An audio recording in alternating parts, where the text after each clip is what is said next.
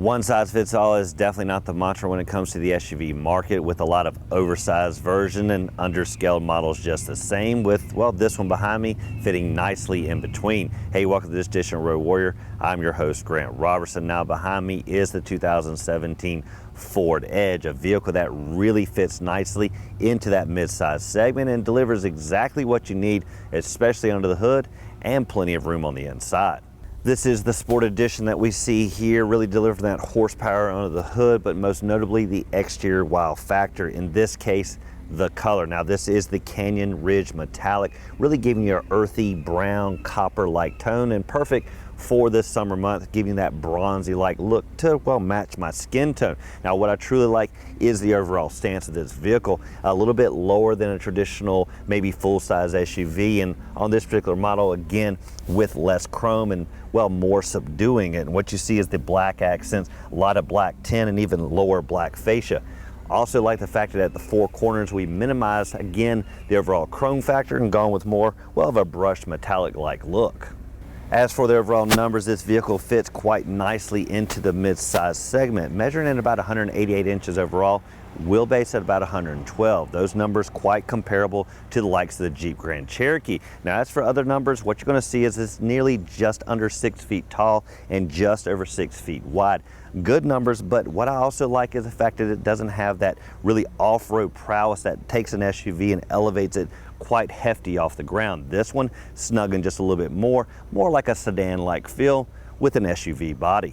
Grille warfare is important on any vehicle, but it can't contrast the overall design. It definitely has to mirror what else is going on and bring it up front. And the way the Edge does that is by bringing these black accents we see here around to that huge open air grille. And where they do that is in a nice singular matte finish in the thinner parts with a high gloss black accent in between, really setting off this front end. Now what you also see is body color all the way around, right down to the mirrors, and that's something the SUV market is doing across the board, really getting away from the heavy rubberized bumpers we once knew to more of a sleek design like we see. Now as for the headlight assembly, somewhat modest, not true menacing like we see on other designs, and really housing a nice lampage underneath. Now some other vehicles are doing these rope assemblies and accent lighting, but I like the fact that it's pretty much straightforward. For that rope-like look, they did that down here in the lower portion and finished it off with some nice flare. As we sweep down the vehicle, one thing to talk about really is some safety features. First off is the radar-like parking sensors you'll find up front and at the back end. And what I like is that really couples nicely to the driver's point of view. And that's really going to allow you to get into those tight spots, even right down to the radar telling you where the closest point of impact is going to be. That way you can get a good visual of what might be in the way. Now, as you sweep down the vehicle, one thing to talk about is ingress into any car today. Most of them come with smart key systems, just like the Edge. Now, the ingress is different between all of them. Some have buttons, whatever. This one has a combination of all of it. Basically, you can put your hand right here. It's going to know you're there. Simply pull on the handle. Now, as for locking it, just press right here. It's going to lock it all up. Now, a little bit of an old school method is some combination numbers right here that illuminate when you need them. Type it in, you can get inside just the same. Now, as you sweep back here, one last thing to talk about is the fill-up area.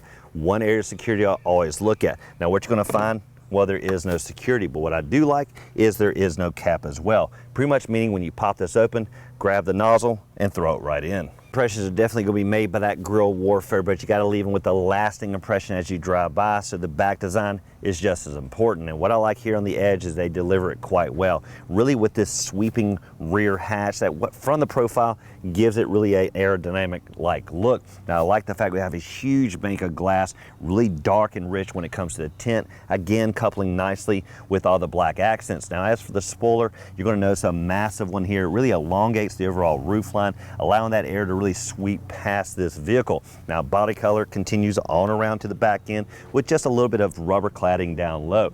Now safety again back here, it's going to be backup sensors and a backup camera. And what I also like for safety is the fact that the rear taillights aren't just singular here on the haunches, but actually sweep all the way across, something you see on some of the Dodges with that full taillight assembly.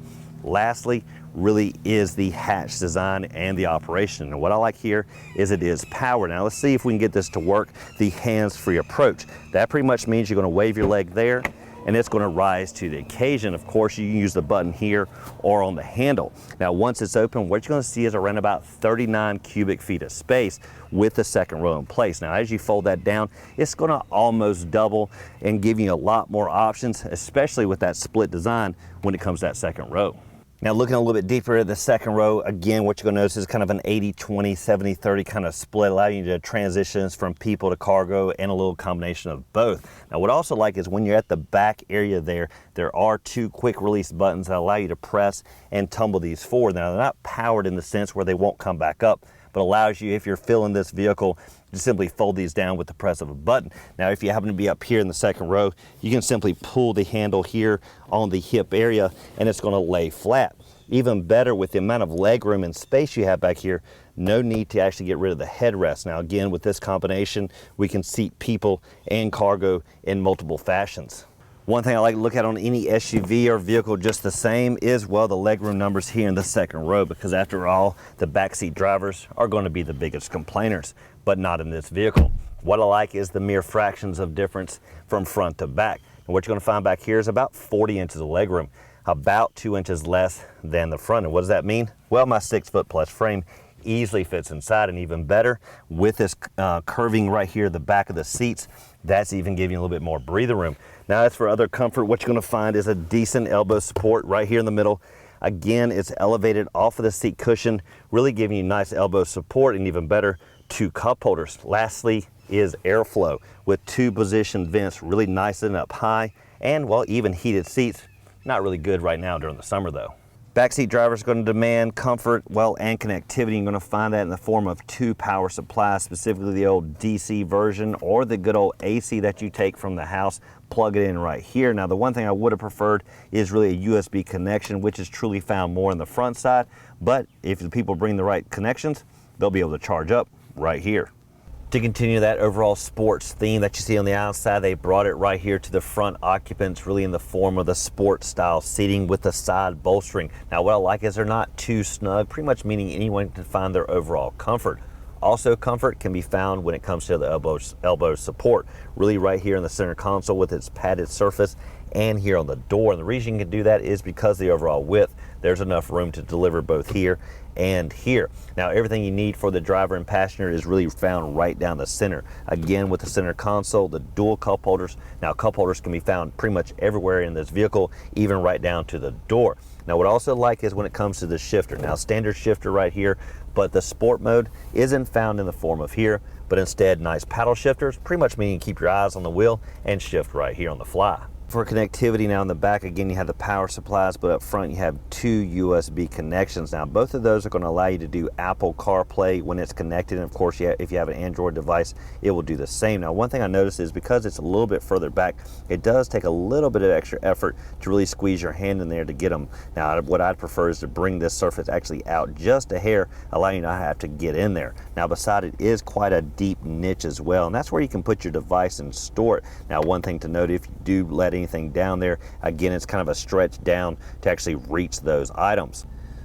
As you sweep up the dash, one thing you're going to find is dual climate controls on this particular model that relate to the screen up above. You can simply cool or heat down the passenger and driver. What I also like is heated and cooled seats with 3 variations for the setting. Now, up above that, it's really going to be everything for entertainment and relates to the touchscreen system up here. Now, what I like is the shortcuts down below for getting to the different functions, and you do have all the shortcuts when you go to the home screen. Now, one thing to note, when you are on Apple CarPlay, this does override any of these functionality, so I did prefer to pretty much be on the Ford device, allowing the phone really there to be charged versus being interfaced through the screen.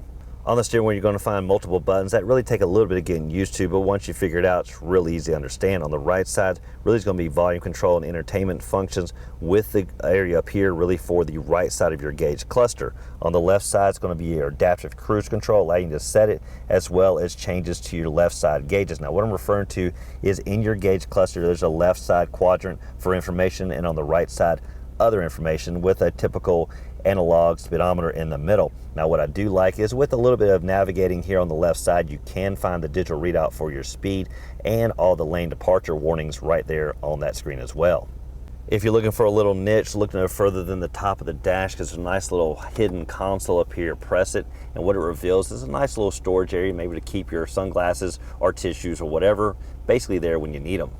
Looking at the center console, you're going to find a 2-level system, basically an upper tray here, and well, there's a reason for that, because once you put it out of the way, what you're going to notice is a fairly deep storage area. Now, what you're also going to find is connectivity, basically in the form of a power supply right here, but a lot of deep storage, allowing you to put devices or whatever down there as they charge, or pretty much anything you want to, well, tuck out of the way.